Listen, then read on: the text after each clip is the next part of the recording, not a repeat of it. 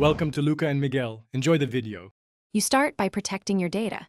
Make a full-time machine backup and copy your replacement OTF/TTF fonts to an external drive.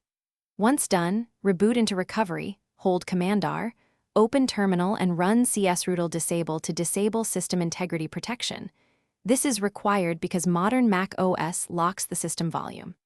After that, still in recovery, mount the system volume writable so you can replace the system font files. Don't skip the backup.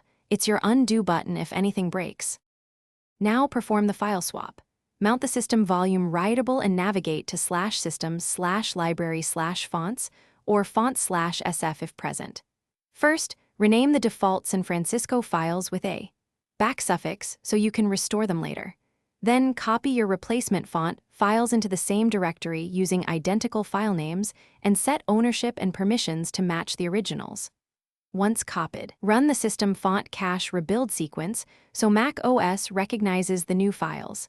This step prevents font fallback and visual glitch. Finish by rebooting to recovery, re-enabling SIP with csrootle enable, and then boot normally to check the UI.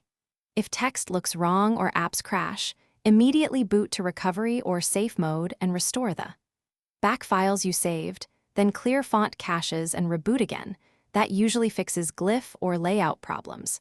Make sure to keep an external copy of the original fonts and your backups, because restoring them is the fastest way to recover if Mac OS updates or an app expects the original system font. Thanks for watching and please subscribe. It's the best investment you'll ever make.